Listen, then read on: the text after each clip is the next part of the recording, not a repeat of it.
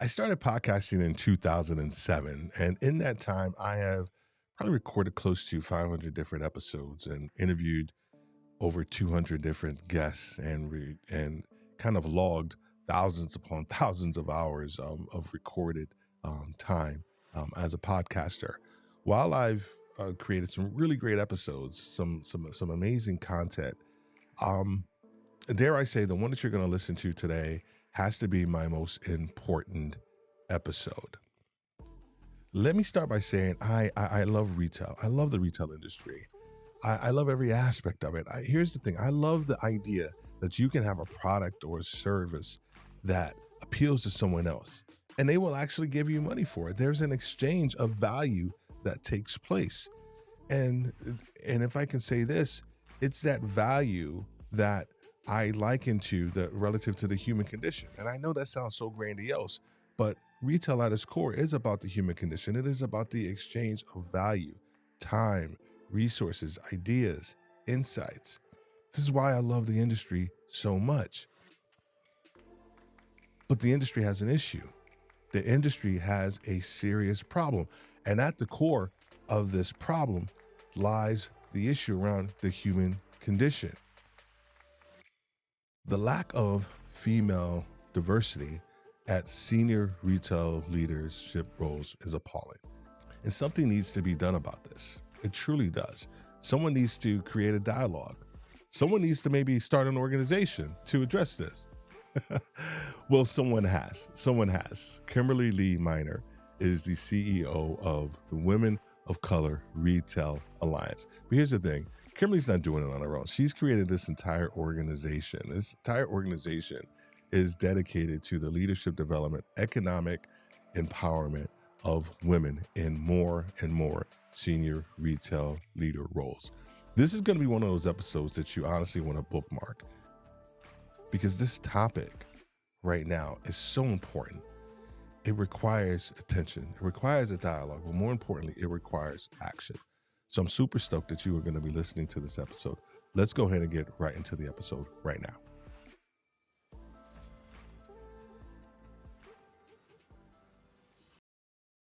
There's so much I want to talk to you about. This conversation has been so long overdue. I think the one place that we're going to get into your career and all the great things that you've done, but I think the definitely the one question that I definitely want to start with is, of course, the women of color in retail, right? I just think that's the best place to start, because I want to kind of put that stick in the ground and what you're doing and what you're talking about and what's the Women of Color in Retail Alliance. What is it? And what are you? I know you're trying to change the world. It's like Pinky in the Brain. Like, what are you doing tonight, Kimberly? I'm Yeah. Yeah. trying to take over the world, Steve. Right, I'm trying. Um, yeah, no, I appreciate you starting there. Because that is like foremost on my brain. Um, Not just because it's what I'm doing like 80 hours a week, but there's so many topics that are Mm, affecting um people, and especially women and women of color.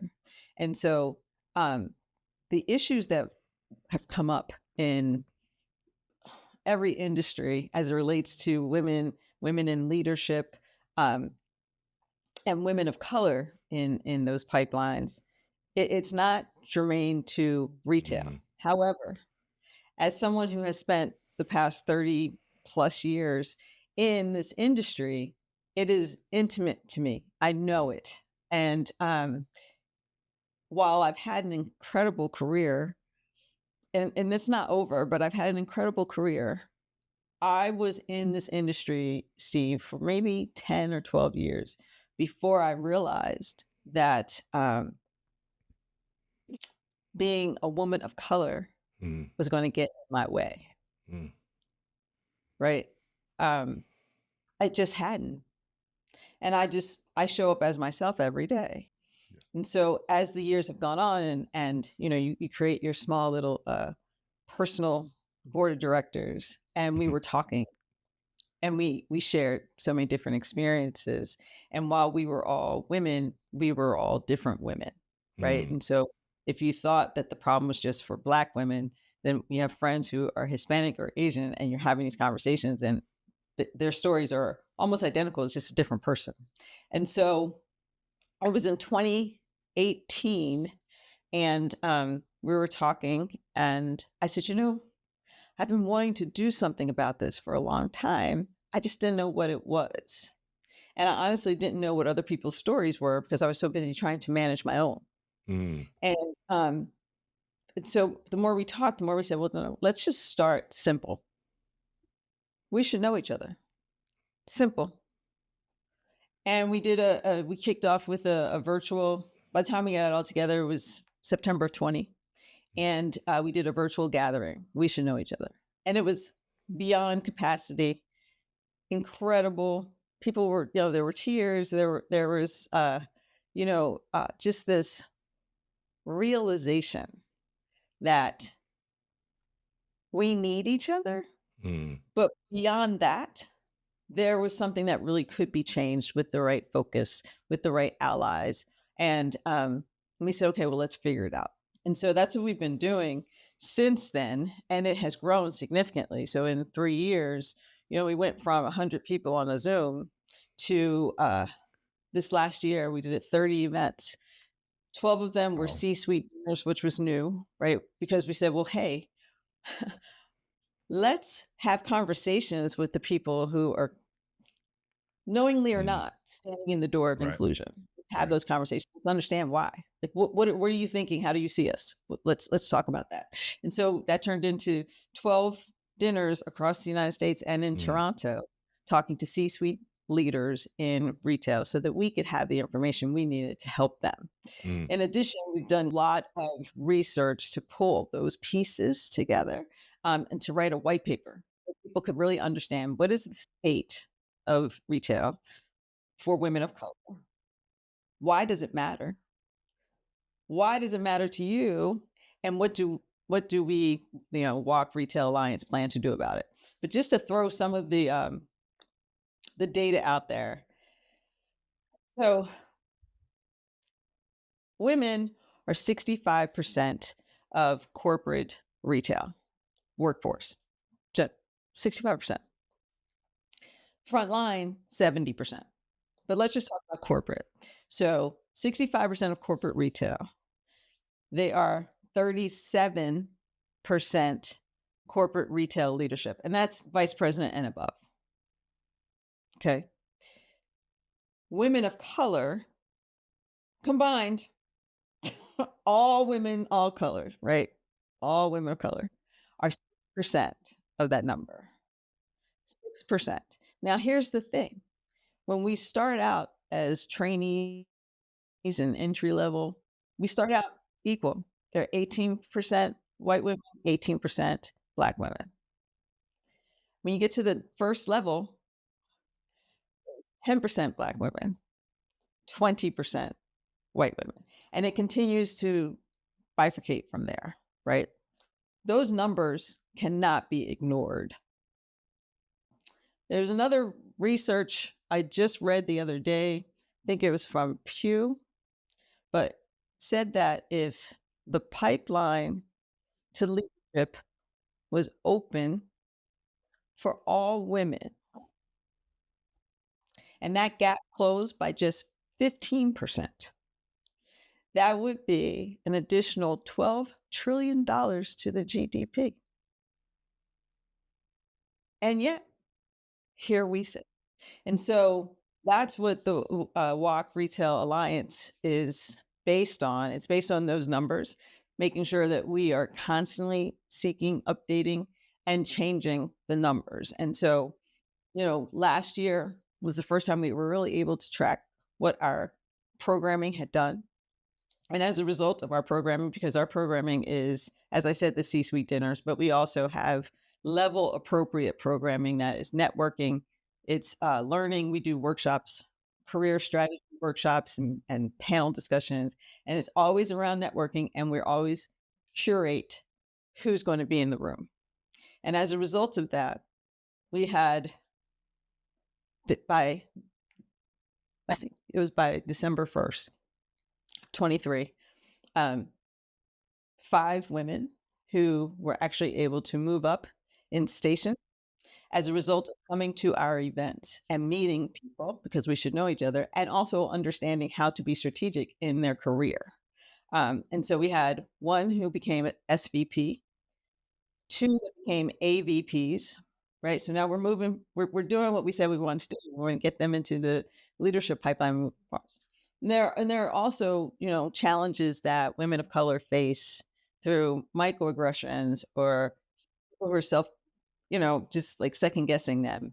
And it's always, oh, you did that. That was great. Now here's another hurdle. Show me you can do that. Show me you can do that. And there were two young women who had been promised some things, and then every time there was time to discuss it, oh, but you did these 10 things, but you didn't do this 11. And so they were actually able to get into much better situations. And now they're doing like international business with a company. So I'm very proud of that, and I'm looking forward to scaling that as we continue. 24 is going to be a pivotal year for us. We are going on the road. We've made some incredible new partners, and that's how we grow. It's all about collaboration. I When FUBU was a brand, I was really proud of Damon. That Damon, was yeah, great. yeah. I was at Footlocker and we got to sell it, and I was really happy. But that as a concept for people who are trying to really make a difference doesn't really work. Because especially if it's a situation you didn't create, there's no way that you can fix it without having allies who have actually been more instrumental in creating the issue. And so partnership is very important to us. Our vision for the future is, women of color elevated, right? See us elevated. The C suite needs to be diversified. And then the industry will change. It will naturally change.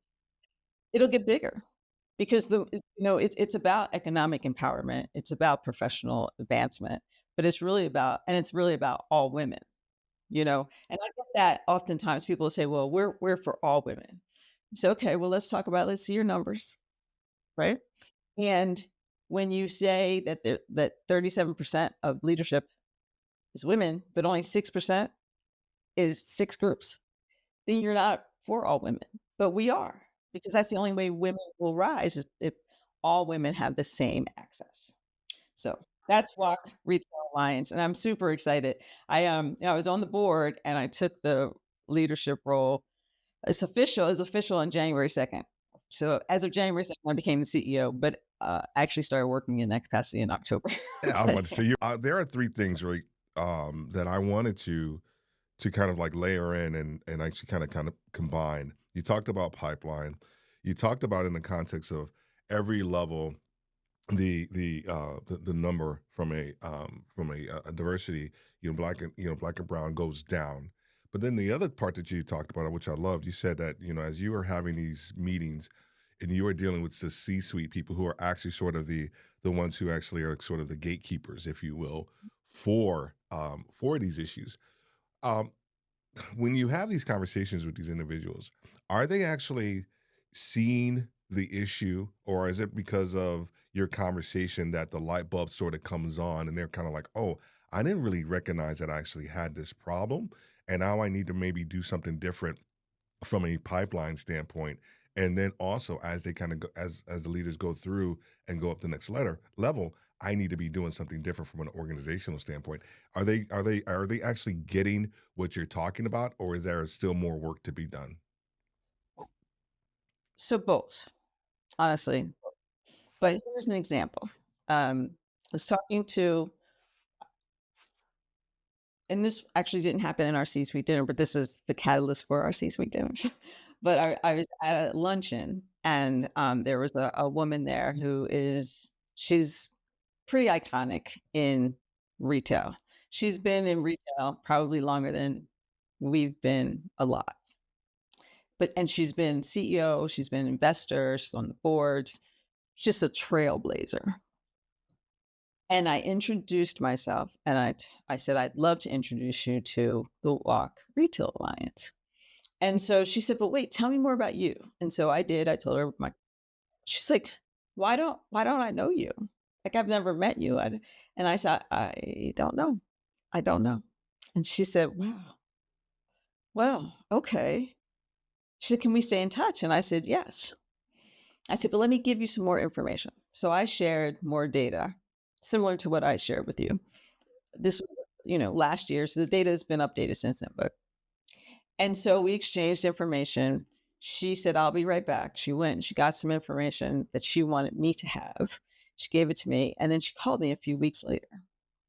And she said, "Kimberly, you really shook me." And I said, "How? What?" And she said, "I have been in my career for so long, and I've been committed to making a difference for women in retail." She said, "And I have placed women on boards. I have promoted women. I'm 100% behind women." She said, "But after our conversation, I went back and I did a little self assessment.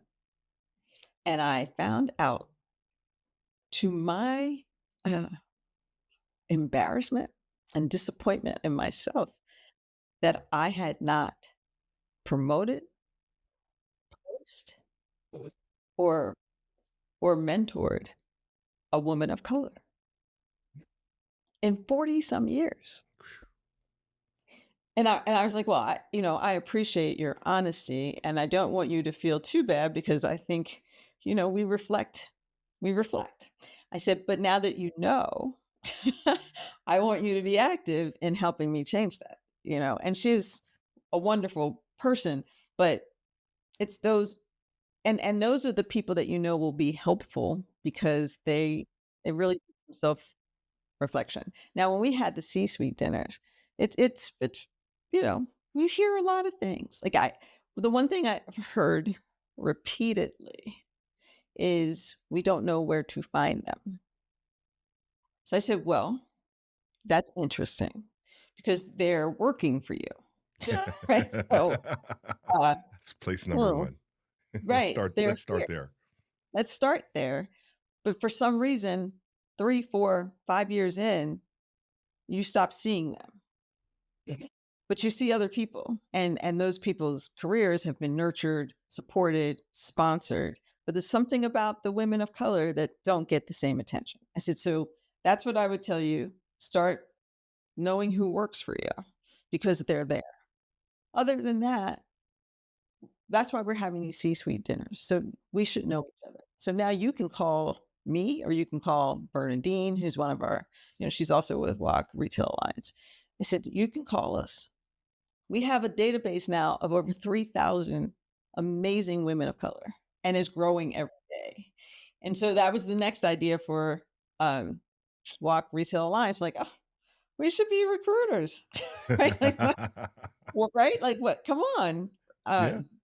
I'd be a hard first like, we want to make sure you have what you need. So as we're meeting you, we know, okay, this person needs this training over here. This person needs a mentor to help them over here. This person's ready to go. They just need exposure. Like, those are the things that are really important. But those comments, that's what we hear C-suite. I have not heard I've heard this, but not with our C-suite dinners.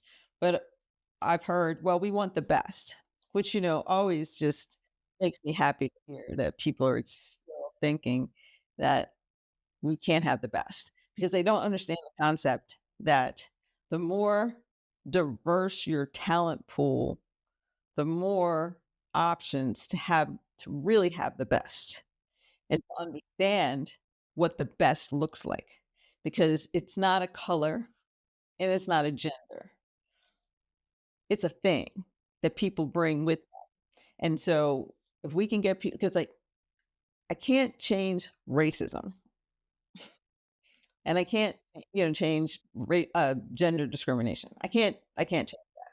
But what I can do is make it more difficult for people to say those things, and they have to be proven wrong, right? So I can help the candidate and I can help the company that is interested in being helped. But the ones who aren't, honestly, they're just going to be left behind, right? Because as you look at this coming Well, they're here, right? Generation Z, they're here. And while there are a lot of things that they didn't get because of pandemic and they need that nurturing, they need a little extra help in how they conduct themselves, how they but what's important to them is outstanding. And the fact that they are not willing to die on a sword for your cause, it has to be what's important to them for them to walk into your building to work for you, and they're very talented and intelligent and just curious. If you can't make an environment that they can see themselves being successful in, you will lose out. 100%. It's interesting. We're going to move into some leadership, perspectives here in a sec. But when I heard you say the word, "we want the best," it seems like code for. I remember the word that a lot of companies used to use, the word fit, and cultural fit. Are they a fit? And it was that for me, in my retail experience, that was code for, do they fit within the organization, whether it's from a, race standpoint? They wouldn't say it that way. It wouldn't actually be that overt, but that's what they really meant. And it's interesting Mhm. that now I feel like some of that terminology, I've heard someone else say that same phrase that you just said. We just want the best. Like, what does that really mean? Whose definition are you using of best, right? What are the parameters of best, right? And then more importantly, what are you actually doing to cultivate the best? And I don't think those two are really necessarily happening in what we're seeing out there in a lot of instances. Leadership is like your backbone. I mean, when I think about when I first heard about you, and I just did my due diligence. So you probably saw me like all on your LinkedIn profile, and I was like, okay, who is this young lady? I gotta figure her. I gotta figure this thing out. I went to school on you and everything that you've done, of course. And then as CEO of Bumbershoot, right? That is not that was at the beginning of your leadership. When you think about, I'm going to take from a broad perspective and then kind of drill down. When you look at the landscape of leadership, we just kind of talked a little bit about diversity and women of color. But when you just think about retail leadership in and of itself, what's missing in retail? Because I have my own perspective, I have my own thoughts. Because I don't feel like the retail industry pays enough attention to the actual retail leader. I don't think they're placed in the forefront. Well, no, I mean, I think you're spot on, right? When I came into the industry, I was fortunate enough to come in through Macy's executive training program, and at the time, that was the late '80s, and it was well known that Macy's executive training program was like the Harvard of retail, and there were several. Lauren Taylor had theirs, Bloomingdale's, um, but what was special about the Macy's training program is that it taught you to be a merchant. And so and it also taught you what a merchant was. And so a merchant is a business leader, right? So you are building your business and it teaches you all the connections and you ran your business. And so by having that background, when I moved on to Express, which was very entrepreneurial and it was specialty store and it was at the beginning stage, like, it was what, 91, 92. Um, Again, you were responsible for your business. So you had to understand these are people I have to work with. This is what it needs to look like. This is what success looks like. I'm negotiating. I'm finding the product. I'm working directly with my stores, even though I'm not responsible for stores. If I want my product to sell, I need to have relationships with my store people because I need to know why it isn't selling, what should be doing, all of that. So now let's fast forward to 2000s. Those of us who were in those leadership roles or those training programs who led to leadership roles, we're doing well because we've had that training. By the time you get to like the 2005, 2010, those programs aren't the same. They're very siloed. And a merchant in title is not necessarily a merchant because you're just picking, right? So now you don't necessarily know how to run a business. You know how to select your product, and your customer relationship has kind of gone away because you sit in your office. And so then it's a store line versus the corporate organization, as opposed to understanding that this is one brand. And then so your leaders start to reflect this new way of doing business. And it's very interesting to watch because I don't think I'm old, but when you're interviewing or, you're called about these jobs, like I had a conversation not too long ago with a recruiter who said, Kimberly, 2 years ago, the fact that you have been president of these brands as well as worked for L Brands and Mace and had Mace executive training experience would have been automatically in the door. Now, these new brands with these new younger leaders who don't know anything about what retail is supposed to be and where those connections are supposed to be. They want someone who is digital, who has done something innovative. Now, to my benefit, I was president of Bandier. So they're like, yes, you know how to, still, but most people don't. And so those are they kind of been put out to pasture because this pendulum has swung to you have to be digitally native. And how do we find how do we find all these people? That is a disservice to the industry because no business, none, Steve, there's not a brand out there who isn't selling to people.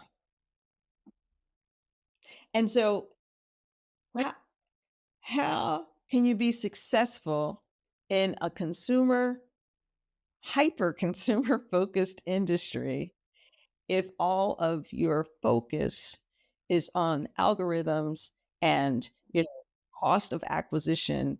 How are you retaining this customer? um, but you're not interacting with the customer, so you don't even know who they are, what they want, right? And I think that's what I think is a big problem with leadership, because they have not been taught how to lead people and a business.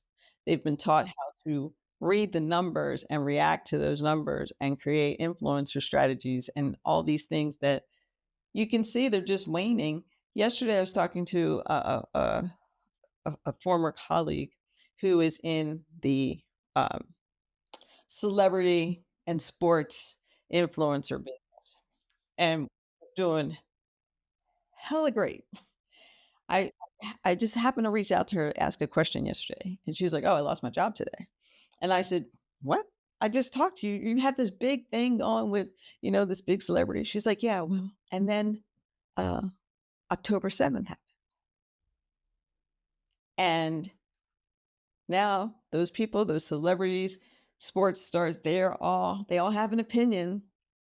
And when they put their opinion out there, then it becomes a problem for the brand. So these three brands who were huge, like they did an event, one event that cost $1 million. And they've decided they don't want to do influencer anymore because it's dangerous to the brand. So now if you are a leader who all you know is that, and you don't know how to really connect with your customer, how can you be successful? Right? And how do you lead a team when you don't have the experience of having human contact and, you know, just like having people embrace a common cause, which is whatever the brand you're selling, but there has to be some emotion to it, right? Because even with brands that lead with function don't do as well as brands that lead with emotion and community and all of those things, right? We were talking about Samsung and Apple. In the United States, Samsung leads with function, right? So we know they're incredible. Their function is incredible. But what's their market size compared to Apple in the United States? So those are the things I think are missing. And I don't know if you've seen the same thing, but I just think that it's very short-sighted, approach. 100%. No, you you're spot on. When the individuals that I see coming through from a coaching standpoint, there's two sides of it. There's the executive who's been with the company for 15, 20 years, and they are so heavily tied to that. I think you and I had this conversation before. They're so Mhm. heavily tied to that brand, and now they are trying to become Kimberly Minor and understand what you want to stand for, and they don't know. They're like, I don't really know what I stand for. It's because I've been so heavily tethered to this company. And so trying to help them, kind of, decouple themselves and really find out who they really are and what it is that they want to stand for. And then you go to the other end of the spectrum where you have the younger leaders who are coming because they have created a really good online presence, right? They understand digital, but they don't have the business acumen. They don't understand data literacy. They don't understand how to have a just a one-on-one conversation in order to provide feedback, right? And so you have these two, different ends of the spectrum from a leadership standpoint, and there is this massive gap that really needs to be addressed. And I know that's what your organization is doing, is addressing that gap on both ends. The interesting thing is that when I think about I just like a lot of people, my retail career started, I was in accounting, hated it, Mm. I lasted probably 6 months, and I remember I was thrown into a district manager and training program with Caribou Coffee, and Okay. I told him, I said, "I don't know anything about coffee. I have no clue about coffee." In college, I was a Mountain Dew guy, but he said, "You know what? You have business acumen. You understand how business works." Right? And then in the Air Force, I had oversight for 2 different planes, and so you understand how to lead people, right? And Of course. so I, then think about those transferable skills, and I've leveraged that my entire career, and I think that's what we're missing, to your point, is that ability to be able to take data and make a decision, but also understand how people play a role within that decision that you're going to make, and not also making sure that you're able to lead people effectively. We are missing the human connection. It's talking to someone in our community, we have a learning we call learning labs. These are 1 hour intensified like programs, and we're doing one generative AI for retail leaders. And Awesome. it's interesting because the individuals who I've been talking to around this AI is like, Steve, I have no clue. Like, I hear my boss talking about it. I can think about it in principle, but what does this really mean to me? So Right. to just kind of further your point around, like, when you think about the data and you think about all these different things, the leader has to be able to kind of translate that and turn it into and internalize it, and then be able to educate other people. I think that's a massive piece that's missing right now in the retail leadership. Well, it's interesting, what we have in common is that we didn't come to retail by retail, Right, right. right? My degree is in radio, television, and film with a minor in art, dance, and speech, right? Really? Um, Like, yes, now look at you. that's right, right, and the recruiter who was on campus, he was relentless. He was like, "So, Kimberly, um, you gonna sign up for that, test yet?" "No, no, I have no interest in retail because what I knew about retail, I had no interest in. I was not working on the floor, right? It's like, "Yeah, no, no, I don't." I said, "I didn't study retail. I'm not your person. Sorry." So he would talk to me every time he saw me. Like if it was in SAC, he so finally, like, I was talking to my dad, and I was like, "This guy just won't leave me alone." And my dad was like, "Well, you're not gonna be a starving artist." Like, "Well, so what do you plan to do with this? You got offered a job in someplace in, like, North Dakota. I don't see you doing that, right?" And I said, "Yeah, I'm not sure." I said, "I'm gonna go to grad school, but I'm not sure." And he was like, "Well, I think you should get sure." Because I think you think about having a job, you can go to school while you're working, and I think you should just take the test. And I said, "But why?" He said, "But you've always been entrepreneurial, right?" I had my first business when I was 12, and I was catering for my mom's friends, right? I've always been creative, like telling a story. I had backyard, those backyard theater, like the summer theater things with you hang up a you hang up sheets off the side and you write a play. Like I used to do that stuff all the time. I was that person, poster child for the geek, like, oh, we're gonna do and I danced, I was on stage, like all those things. I did art. I had an art show. I had hurt my knee and I couldn't dance. And so I was like, "Mom, I have to do something." And she's like, "Okay, what do you wanna do?" I said, well, I love to I love art." She's like, "Yeah, I know." "Oh, well, there's an art school. Let's see if you can get in." You had to be 12 to get in. I was 9, but I passed the test, and so they let me in.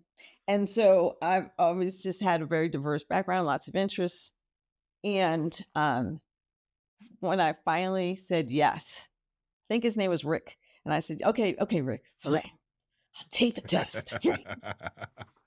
And after I took the test and I got a very high score, we were talking and he said, here's why. Here's why. I saw how you interacted with people and they were all different people and you had something of interest to say to all of them. And he said, to me, that is what retail is. Retail is how we tell stories and how we connect with each other. And we can do it through products, we can do it through the marketing, but it's a connect. And the fact that you have all these different interests means you have interests in different people, which is what makes a really good merchant and retailer because you don't have a pre-thought, right? There's no prejudice.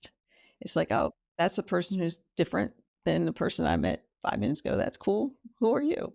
And so, I say that to say that's what I think also might be missing a little bit because we have divided and taken teams and make judgments very quickly about people that we don't know and we're not open to get to know them.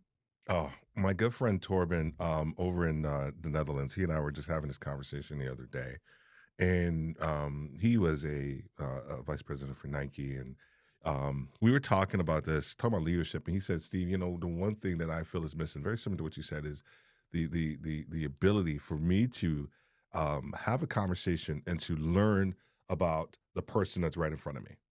Like, how do I remove the blinders, remove all this other stuff, and really just be curious about who you are as a person, as a lead, and as an individual? And then how can I help you? What after I'm learning something about you, what can I do Mhm. to actually help you? What can I do to not just advance your career, right? Because I think honestly, I think those are some of the easy parts. But it's Right. like, how do I help you become better at who you are, right? I think you and I have both been very fortunate in our careers to have had some amazing, amazing, amazing leaders. Oh, here's a question I had. When people see you, right? They see you on stage and they see you having a conversation and they're like, man, Kimberly was probably you're like she probably like at talk to the doctor like, hey, don't you slap me, like, when you were born it was like, hey, let me tell you something about yourself. Right, Oh, like you were born like a leader, or were you a reluctant leader, you kind of like morphed and moved into this role? I wish I could say I was a reluctant leader, Ah, but that's good. yeah. I knew I you was, weren't. it's funny. I was talking to a friend of mine from elementary school this weekend because I've been asked by my high school to endow a scholarship, Mm, and I was talking to a friend, and we hadn't talked in a while. Like actually, it had been 15 years, and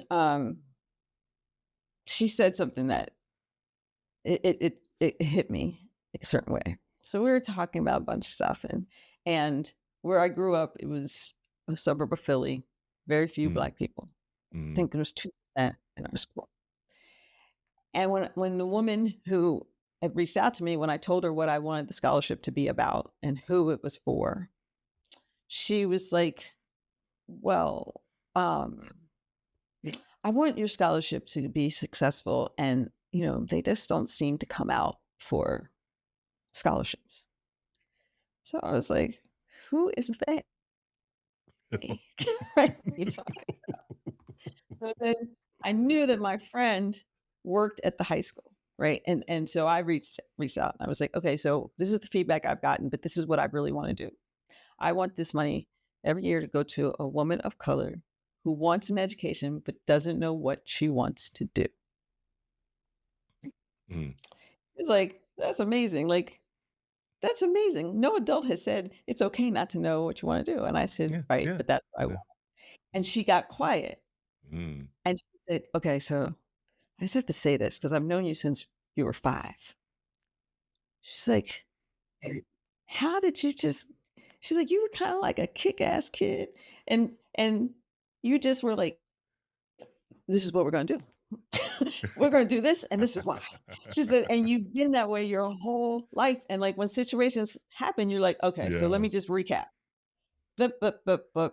So here's where we had the problem. So let's just fix that. Because I felt like I'm just that person that if something's not right and it needs to be done, am I gonna wait for somebody else to do it?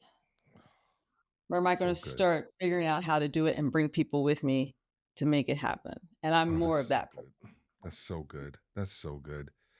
I got two more things I want to cover, and everything we just spoke about is a perfect segue into you being an adjunct professor, right? You, you having that surety of who you are, what you stand for, when you see a problem, hey, you know what? I see it, right? Like we talk about leadership, right? You see and seize opportunities, right? You have that ability to do that. But now as an adjunct, right? You are teaching a generation of leaders or people, students who may not have that same kind of like understanding of the world, and they may have think differently. How are you able to or what are some of the lessons that you've learned personally from, you know, educating and connecting with some of these students that, you were like, oh, I didn't expect that this was going to happen. I thought I was just going to be able to share all of my wisdom. And here I am, I'm learning X, Y, and Z from some of these guys and gals and people at Ohio State University, right? Yeah, Ohio Yeah, State Fisher yeah, School. So let yeah. me just say this, um, childbirth and teaching 20-year-olds, scary as hell. Right? I just put it out there. Not a lot shakes me. I will say not a lot shakes me, but childbirth and walking into that class for the first time shook. I was shook, right? Because I was like, "Oh." Because I did walk in thinking, "I know this. I know this information, and I've done it. I can bring this." And look at 45 people just right? And so I was thinking about it and thinking about it, and I actually called my son, who is also a senior in college, and I said, "I need some advice. Here's what I'm thinking. What do you think?" And he is great. He was like, "Look, mom, first of all, you're intimidating as hell." Like, just putting it out there. He's like, "I love you. I'm not intimidated, but sometimes," right? He's like, "So you just have to you might wanna take a few minutes to think about that. Like, you carry yourself a certain way, and everybody who's in your class has looked you up. Think about that, right? Like, that's what you bring with you, and it's positive, but you're gonna have to make it almost invisible, right? Bring it, but not bring it, right?" Like, "Oh, that's good, Jonathan, thank you." He's like, "And let people ease into it." He said, "You are funny. You're really funny when you like, the stuff you say, you're like, 'Mom,' right?" He said, "Say that. Be that person. Don't don't feel like you have to put that in a bag. Just be you, make people laugh." And we learn things when we are comfortable and just like you would do with Carter or me, and if we say something that's ridiculous and you're like, "What? Wait a minute. We need to go back and let's talk about that." He said, "That's good." He said, "'Cause that doesn't happen in classrooms. Most people don't really teach. They put slides." He says, "So if you just bring yourself and understand it's gonna take a while for people not to be intimidated, it's gonna be it's gonna be good. And so I learned a lot from my children, but what I've learned from my students is the world has really big expectations for them, but we haven't given them all the tools for them to live up to those expectations. That's so good. We see that professionally though too, right? We see that Yeah, gotcha mentality. The one thing I love about what you said is that I did adjunct for a number of years, and what we do now in the campus, we do the majority of all of our training is live, right? We have a couple of what we call learning labs, things like that, but we actually record those live and then they're up in the community. There's this thing that it's not new, but I've kind of sort of coined the phrase. It's these moments of revelation, right? right. That you get or that the students get, right? That you can't get from an LMS setting, right? If you're looking at if someone who is training and they're looking at LMS, that learning management system, and someone Yeah, looking at and they say something awesome, all you can do is rewind and then repeat what that person just said. You can't go deeper. You can't go right. broader. There isn't any there at that moment of revelation when someone wants to go deeper and broader, just like you were talking about the students that would stay afterwards.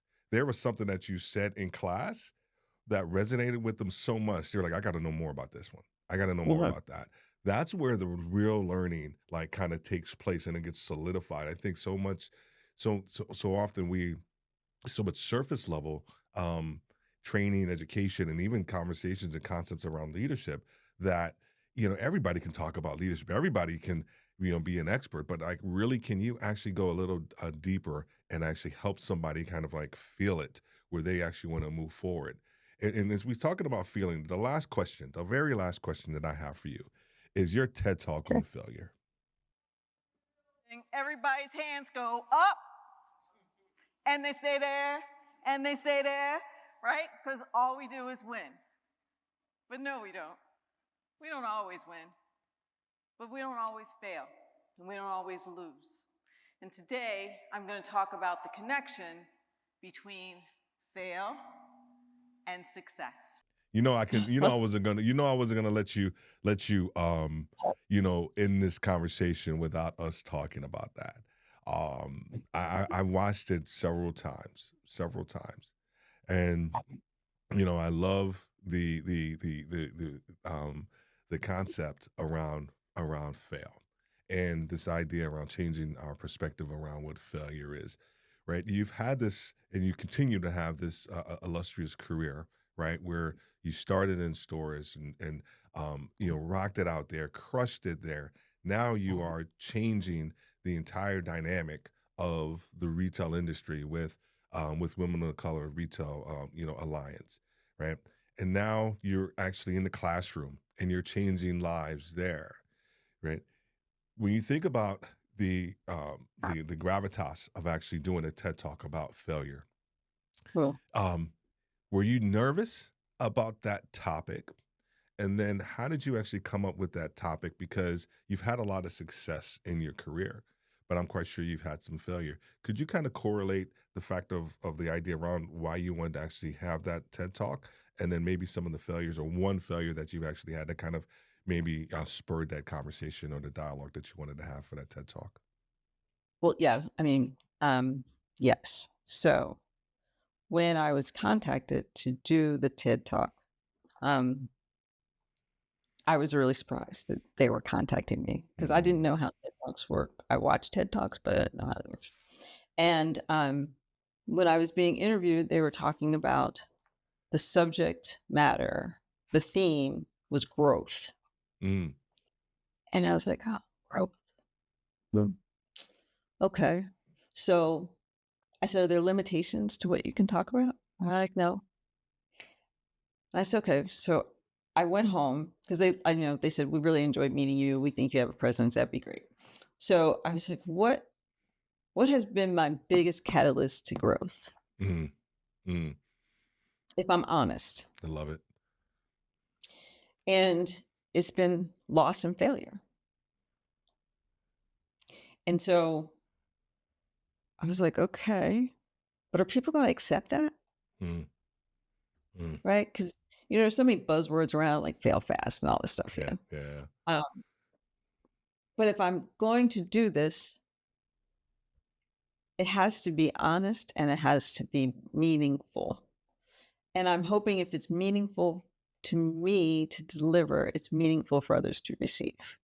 And and I've had a few, like I've had some really big losses and failures personally and professionally. I lost my mom at an early age. Mm, I had four miscarriages before I had my older son, and so I touch on those things in there. mhm, But I would mhm, say mhm, that mhm, my biggest professional failure that has I mean, it has catapulted me was being fired from Bath and Body Works.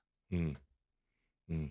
And it you know how when something is happening and you're like, why is this happening? Yeah, yeah. And then when you just sit in it Mm. and you're like, oh, I know why it's happening. And it doesn't have anything to do with me. And that's what it was. That's what it was. When my career at Bath and Body Works was solid. I added Mm, over $1 billion to the home business. My team was outstanding. I went from leading one organization, which was the home team as the chief merchant, to being SVP over a merchandising group. I had to build the strategy group and I had operations. mhm, I had to create a whole new process for the business because we were shutting down the New York office. And I didn't know that was going to be my responsibility until I was called into a meeting. So, okay, Kimberly, want you to meet. This is what we're doing. Thank you. And left. And I was left to figure it all out. mm, I spoke at the quarterly briefings because my business was on fire and I was changing the way we worked. And then I got sick.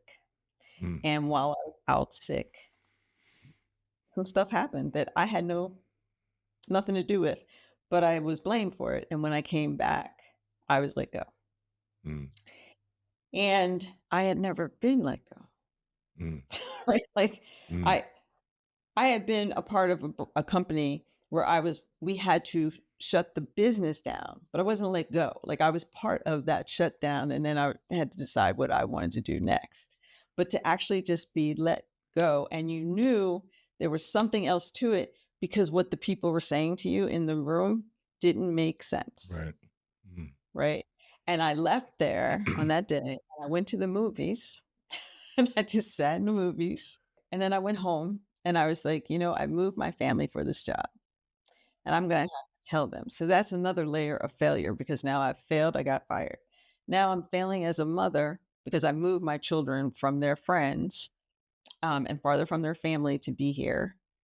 And I'm failing as a partner because our lifestyle is based on both of our careers, right? And it just it, it just went deep. And I had to take some time and talk to my therapist, um, who was great. Like, she was like, "Okay, I hear everything you're saying, but you're bigger than that. Like, you're bigger than that. So I want you just to sit in it. Just sit in it and see what you wanna do about it." And when I sat in it, the more I sat in it, the more I got angry and stopped feeling like I was a failure and started to have this fire because I could see very clearly because after I was let go, there were only 2 other women of color there and they each were let go. Similar fashions. So I was like, huh. And then a member of the board reached out to me and said, everything we've heard about you, all these things you've been doing were fantastic. And then you came back, and the next week you came back, and then a week later, you're no longer there. Why? I said, "Well, I don't know why. I can I can guess." But and it was just having those conversations, Steve, and saying, "All right,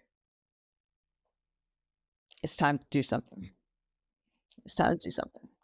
And I didn't know what it was, but it was like a fire in me, and you know what? This is some BS, that had nothing to do with me. And it is happening to women of color every day, or other women. Like there were women who were let go because of their age. They didn't say that, but you knew based on all the stuff that was going on. So I was like, yeah, I, I have to use my powers for good now. And I need to be a truth teller, and I'm not afraid because I'm not beholden to any of these people. And I think all of this happened for that reason, because I don't think failure is a loss anymore. Because if all those failures have has led me here, and every day I wake up, I can meet new people. My time is my own. I'm making a change in the industry. I'm mentoring young people. If that's what that failure has led to, I am so good. I am so good. And I want people to understand that, you know? Every experience, it might feel bad when it happens, but if you really sit in it, there's a reason for it and there's a lesson to be learned. And if you've learned the lesson, it's not a failure. It's just not a failure. But you have to feel it. I wasn't like, hey, but I also was pretty secure in this, and I teach this to young people now. I said, I negotiated my exit before I walked in the door. So when they were telling those little stories, I was like, okay, my attorney already has I'm good. I just didn't know what was going to be next. And it's also just given me the freedom that I don't have to chase the next corporate job, because I'm working on something that's much more meaningful to me now. And I would have never gotten here if it wasn't for Bath and Body Works. Oh. Oh my goodness. Oh my goodness. We could go on, but I'm gonna be extremely respectful of your time. It's 2024. What's next? What are your plans? Q1, Q2. What are like one or two things that you're really going to be going after personally, but also like from a professional standpoint, if you will. They may Okay. coincide. So personally, um, I'm going to tell my age. I'm a leap year baby. My birthday's February 29th. Ah. And I was born the year of the dragon. And Oh. this is the year of the dragon. And I have a real birthday. So personally, I'm going to be partying for a year because I'm That's going to awesome. celebrate That's me awesome. as a person who's the year of the dragon. So that's personally. That's awesome. Professionally, there's so many things that just in the past 4 months I've put in the pipeline for Women of Color Retail Alliance that I'm so excited to just hop off. So we have a podcast coming. We have we're working with incandescent media. We have memberships now, right? Corporate and individual memberships, and we have some really cool new partners that we're going to be bringing some unique programming to our roster of offerings.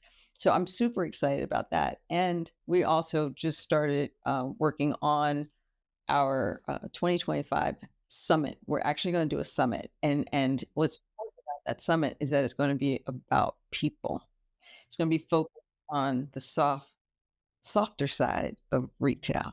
And so we'll be looking for partners with that. And I know you and I had started that conversation, but we're gonna we're gonna really do that so that we can kick it off in 24 because it's going to happen in 25. And so professionally, I think that's what I'm excited about. Um, I'm also excited. My son graduates in May. I'm super excited to celebrate that milestone with him and see what's next. Um, yeah, yeah. That's awesome. Just That's awesome. You got so much great stuff going on. I truly, truly want to thank you for, dare I say our friendship, right? I know, we have, we've connected several times, and I know we haven't connected in person, which is crazy, but we will very soon. I'll be in Atlanta. Oh yeah. Um, I think in February, and then Oh, definitely in May. oh, okay. Well, definitely, we'll definitely connect then. But Mhm. just following your career, you've been an inspiration, and just learning from you and what you're doing, with your organization. I've been able to apply several things to what I'm doing over here as well. So you are truly an inspiration to not just women of color, but to men of color too. I hope you know that. I don't know if anyone's ever told you that, but if not, you are, just because of your steadfastness and who you are and what you stand for. There's no wavering in you. There's no guessing in you and who you are, and there's a surety of conversation and what you're going to get. And I think that's lost. It's a lost, trait, if you will, of a lot of leaders now. It's Well, not who they are, but it is who you are, which is kind of why I asked that question around like were you were elected leader. I kind of knew the answer, but I just wanted to get your perspective on that one. So I just want to thank you so much for your time and for everything that you've done for the retail industry and also for myself as well. Thank you so much. thank you, Steve. It's been a pleasure to be here today, and it's been a pleasure to get to know you. And I've been able to like reach out to you about some personal things, and also put you on the list of our advisors for WOCRA. I didn't know if you knew that, but you are. Oh no, And thank you. I'm I appreciate what surprised. you're doing, because men of color in retail, they need attention. Support. Yeah, just a little bit, just a little bit, Yeah. just a little bit. That's a All right. whole nother. Man, I got a whole nother conversation with you on that one too. But Yep. yeah, you're 100% correct. All right. Well, thank you.